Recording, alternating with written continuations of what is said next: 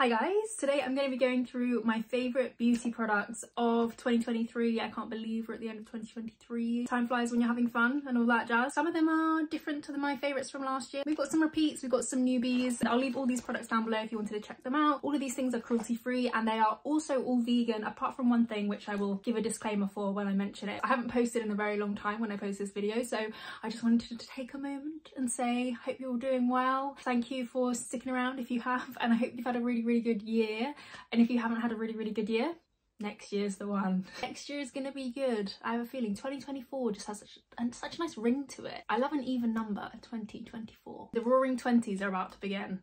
Take it from me. Anyway, let's jump straight on into it with technically skincare. Most of this stuff is makeup. If you want me to do one of these videos for skincare specifically or hair care or whatever, let me know. SPF is kind of like a skincare makeup hybrid type product, and this is my absolute favorite. Pretty sure it was my favorite last year as well. This is the Beauty of Joseon Relief Sun Rise and Probiotics SPF 50. It's so gentle, lightweight, doesn't break me out. I can get really close underneath my eyes and it doesn't sting. Definitely worth the money, definitely worth ordering it online. It doesn't have a scent to it. It's the best. In terms of base products, I have a couple of things to mention. Some of these things are not my current shade, so when I show you putting them on, you can kind of see they're a little bit too deep for me at the moment because it's the depths of winter and I haven't seen sun in what feels like months. A favourite that was definitely last year's favourite and still here, I wear this every time I wear makeup as a primer, or I'll just wear it on its own and then use a bit of concealer maybe under my eyes. This is the e.l.f. Halo Glow Liquid Filter. I just love it. It's the perfect no makeup, but it still has coverage. So if you're going to compare it to like the Charlotte Tilbury Hollywood Flawless Filter, which is obviously what it was kind of based on,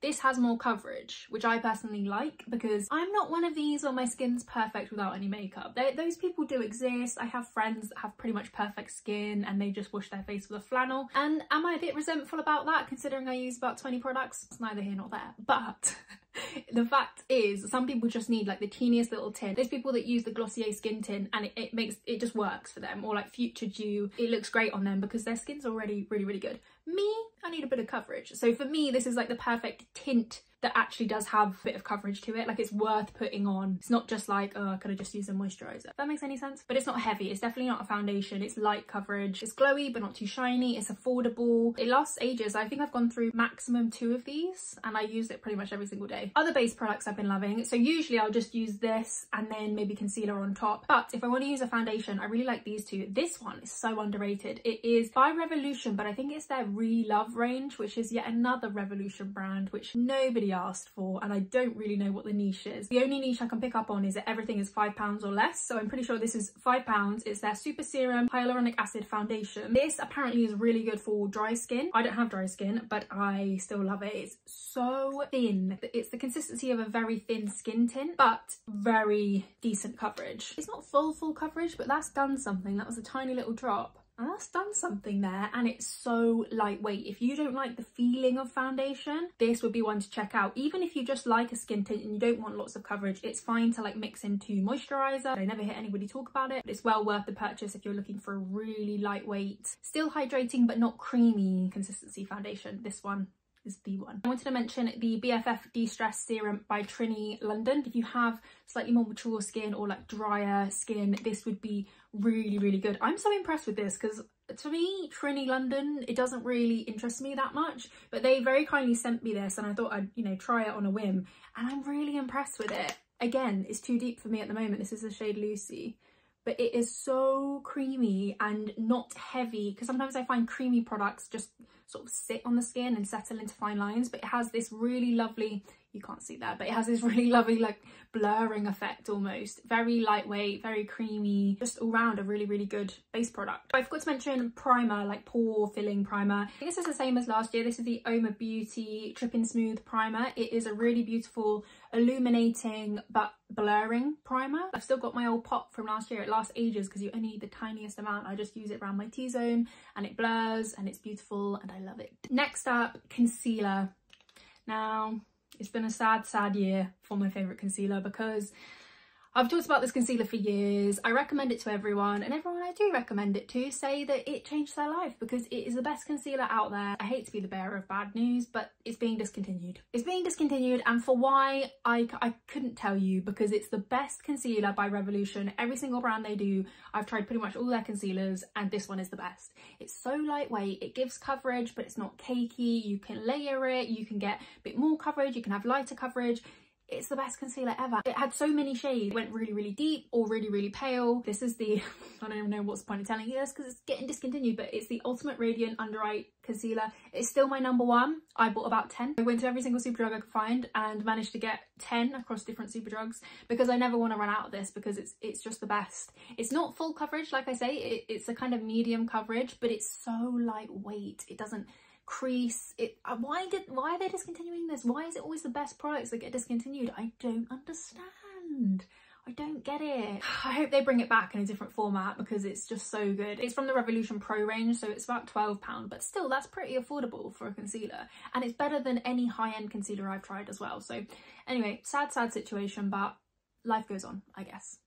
Not for me, but that is number one. But I have also been using and enjoying Urban Decay Naked Quickie Concealer, up to 24-hour wear concealer. Very different to the Revolution Pro Concealer. A bit more matte, a bit more long wearing, a bit more full coverage. I am enjoying it. If you guys have a concealer to recommend me, please do. I have tried a lot of them out there, but let me know if you've found like an amazing concealer this year, because eventually I'm going to need to replace my Revolution Pro one, reluctantly. But yeah, I am really enjoying this. And then my favourite powder of the year is by The Body Shop. I did a whole video on The Body Shop new makeup launch, so I'll link that if you want to check it out. But I said in that video I was very impressed with this powder, and I still am, as you can see from this janky little powder puff thing. This is, it just says powder compact case, but this is a refillable case with their face powder in. This is so lovely. It sets the face really nicely, adds a bit of coverage, blurs the skin slightly. It feels lightweight on the skin. It doesn't look cakey. It's a really lovely powder, and I'm not really a huge Body Shop makeup person. Like, I haven't tried that much of their makeup, but this powder in particular has really blown me away. If you're looking for a good smoothing matte powder,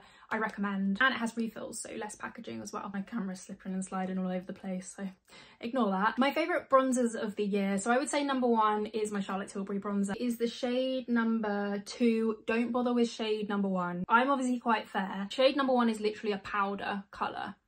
If you are like alabaster white, maybe you get on with that one, but I'd just say skip to number 2 if you want an actual proper bronzer. This is amazing. I mean, I personally have been using a lot of cream products this year, but if I ever use a powder bronzer, it's this one. Yes, it's expensive, but it's massive. It lasts me forever, and I use it all the time. If not for my base bronzer, I use it to kind of top up over powder.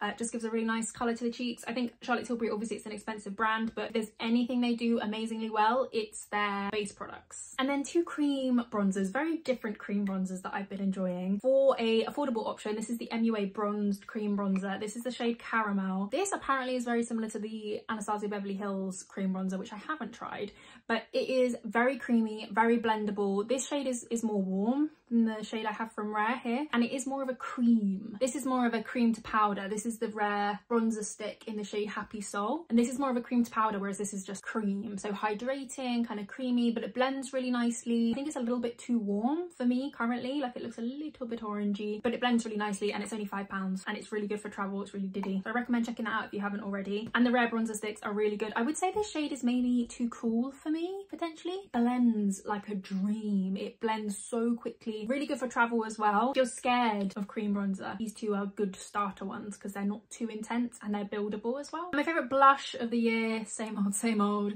This is the Collection Gorgeous Glow blush, which only comes in 1 shade. It happens to be the perfect shade for me, but I just wish they'd expand this range because the formula is so good. This kind of petal pink shade, it's not too intense. Like, obviously because I'm fair, I mean, I've got it on today, but it's not like a bam in your face kind of blush, but I don't want a bam in your face kind of blush. I want a very subtle, natural looking blush, and I feel like that's what this gives. And the finish is beautiful, it's quick to apply, blends seamlessly, has a really natural finish. Collection, please. A Collection is so underrated across the board. They have some of my favourite drugstore products. Expand this range. do it. Do what the people need you to do and expand the range so that people with deeper skin can enjoy this, people with different skin tones can enjoy this, because I appreciate the shade is not going to suit everyone, but it's really good. I've also really been enjoying the Body Shop Freestyle cream products. This is a matte shade. If I ever use powder blush, which I don't tend to do these days because my eyes water a lot, and if I use powder products usually what will happen is I'll look in the mirror after a while and I'll just have like tear streaks down my face that have kind of cut through the powder products, whereas if I use cream products, the tears just skim over the cream products. Life hacks for anyone with leaky eyes or anyone who's a big crier: don't use powder, use cream. But if I have been using a powder product, I love this Tropic palette. This is a like refillable, customizable palette, and their blushes are really, really lovely. So these are some like eyeshadow shades and highlighter, blush, bronzers. Perfect. And perfect for travel. Really good quality mirror. Big fan. A hairbrush I'm obsessed with, just whilst I'm brushing my hair. Tangle Teezer. This is the plant brush. I don't know why I ever strayed from the Tangle Teezer. For someone who has frizzy hair, it just seems to defrizz, and I don't understand the logic behind it. But anyway, they launched a plant brush which is made, I worked with them for this launch, but it's made from memory here, 80% castor oil beans, or oil from castor beans, as opposed to like virgin plastic, so it's more plant-based. And I think they have a recycle scheme as well, so this is absolutely one of my favourite hair care products. But anyway, back to the video. The last few base things I wanted to mention: the Urban Decay All Nighter Setting Spray. I am so late to the train, but I arrived at the train and I am sitting on the train. This is so good, and I've tried lots of different setting sprays. I've used just like rose water as setting spray and they're nice and refreshing, but this is like glue. This locks in your makeup, and again, for someone who has leaky eyes, something about the elements being outside, I have to always like blow my nose. I have allergies and things, so a lot of the time like my makeup will look great before I leave the house, and then when I actually look in the mirror halfway through the day, like my winged liner will be smudged, and you know, if I haven't used a setting spray, maybe the makeup from my nose has worn off or whatever. This helps prevent that so much better than any other setting spray I've used. And this is the mini size. They obviously do a bigger size, but this one's really good for travel. It's just amazing.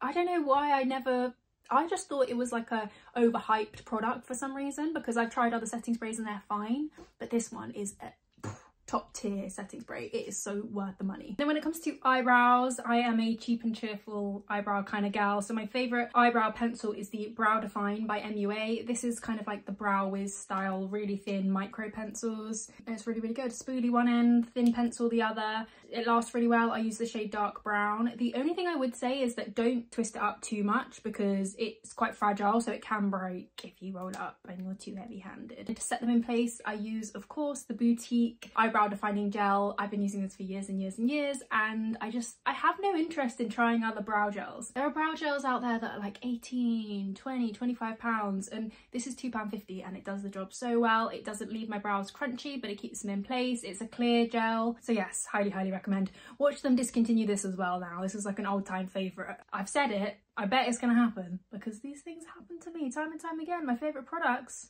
that I recommend to you guys, they seem to just discontinue them. Other eye related products, I've really been getting into primers this year, and like setting sprays and things that I thought were sort of unnecessary, but actually using an eyeshadow base definitely makes a difference. This is by Essence, which we actually can't really get very easily in the UK anymore. Wilkinson, which is where you could get Essence, has gone into administration, and I think they're completely shut down now, so RIP to Wilkinson. This was their I Heart Colour Intensifying Eyeshadow Base. I do like a lot of eyeshadow bases, but some of them are really creamy and they just feel a bit heavy on the eyelid. This is very, very thin and it feels very lightweight, so it's the best eyeshadow base I've ever used, and again, very, very cheap because it's Essence. And then my favourite eyeshadows, in terms of palettes, I have been using this, another collection product. This is the Sahara Dunes eyeshadow palette. I've gone through so many of these, and I love, as a neutral, simple palette, I love this palette.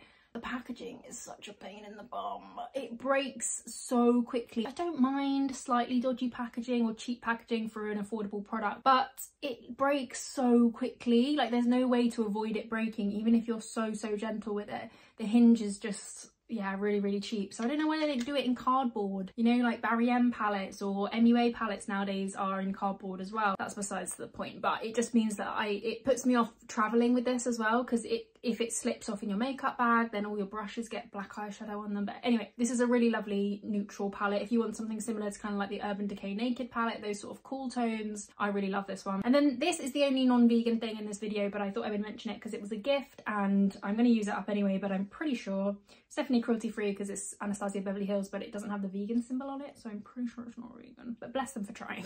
This is the Soft Glam 2 Mini, I think, and I'm pretty sure this will be quite easy to dupe. It's got everything I need and the packaging isn't going to break because it's cardboard. If anyone's got a dupe for this that is actually vegan, please let me know. I have 2 glitters or glitter topper type things. These are they're similar but slightly different. So first off is Space Cowboy by Urban Decay in the Moon Dust collection. This is very, very hyped and for good reason. It is beautiful. It just goes on top of so many different eyeshadows and gives that kind of like magical, ethereal, wet look. Got a slight sort of pinky golden undertone, but it's just sort of very, very fine. Ethereal is the best word to describe it. It's beautiful. You can wear it and like amp it up for sort of party vibe, but also it doesn't look too much just for like an everyday glittery kind of look, and really good for Christmas as well and kind of like festive season and nighttime makeup looks.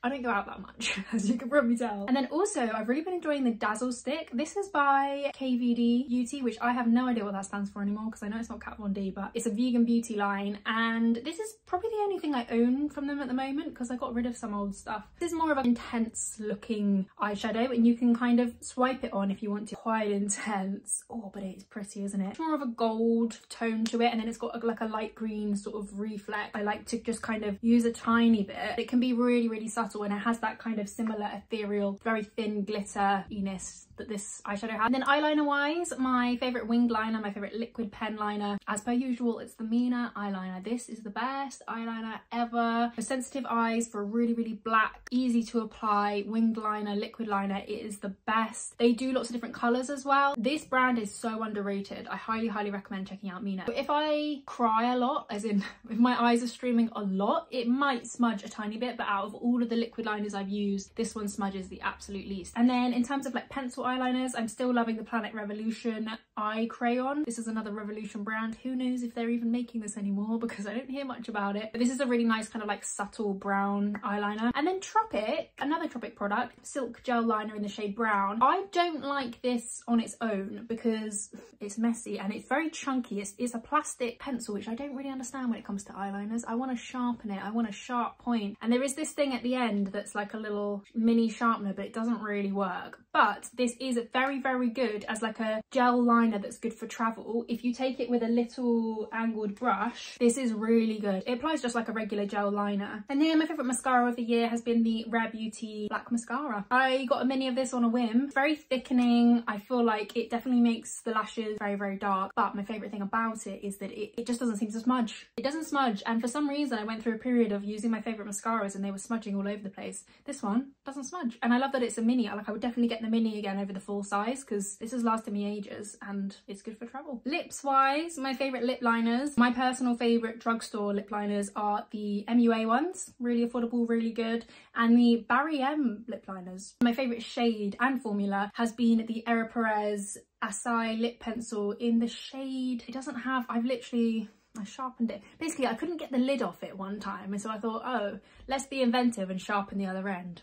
You can't do that. It doesn't work. You can't get to the product. So it kind of looks like it's a double pencil, but it's not. It's just me struggling through life. It's my perfect pink. I will 100% repurchase this. Era Perez, another underrated makeup brand. I love them. I love so much of their stuff. A lot of their skincare as well is really good. But yes, this is my favourite lip liner of the year overall. My favourite lip product for colour has been the Fenty Beauty Hydrating Lip Stain. I mentioned this last year and it's still a firm favourite. This is the shade My Type. Packaging, still not really a fan of this. It's a bit messy, but it's the most beautiful hydrating stain ever. It's like a rich fuchsia pink, this shade, and it's really, really hydrating. I do love a lip stain in general, but they can be pretty drying, and this one is not. I wear it on its own, or sometimes I top it with a gloss, and my favourite gloss of the year, shout out to the Fenty Beauty Gloss Bomb. I will never not love the Fenty Beauty Gloss Bomb. It is amazing. However, in a pinch, these are like juicy tube type lip glosses, whereas obviously the Fenty Beauty one has an applicator.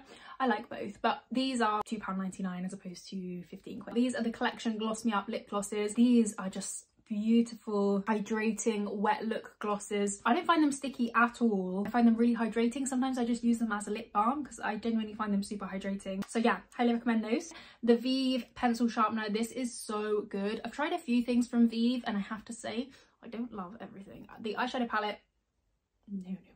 I gave mine away because it's just not good. Not for me, I would say, not for me, but their pencil sharpener, this is game changing because it has a double thingy-majig and it doesn't break open in your bag. Something about this clasp means that the pencil sharpenings never end up all over your makeup bag. It's ingenious. If you get anything from Vive, I highly recommend chucking this in your basket too. Real Technique sponge, what more is there to say about this? Needs a bit of a wash. I love them, they're affordable. They're great, they do the job. There's a Tropic brush, which is a duo brush, and they also do a little eyeshadow version as well. One for kind of like highlighter and blush, one for bronzer or powder, and then you've got a fluffy blending end and then a slightly more dense end. These are really, really handy and great for travel as well. These, plus this, sorted. And then last but not least, I thought I would mention a couple of perfumes. I have so many favourites of the year in terms of perfume. I'm just a little bit obsessed with perfumes at the moment, but I thought I'd mention my top 3 favourites.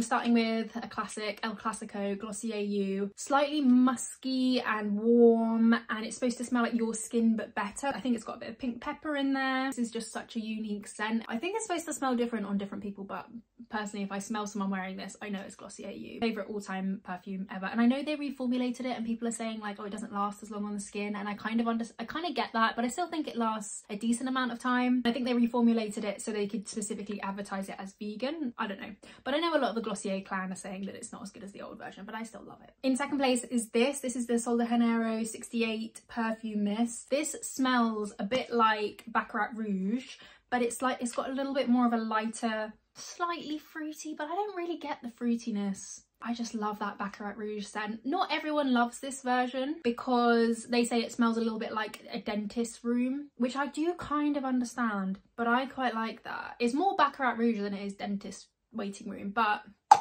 I love this, and it's such a beautiful light scent, especially for summer and spring. And then last but not least, this is a new one I've literally just picked up, but this is the Floral Street Wonderland Peony.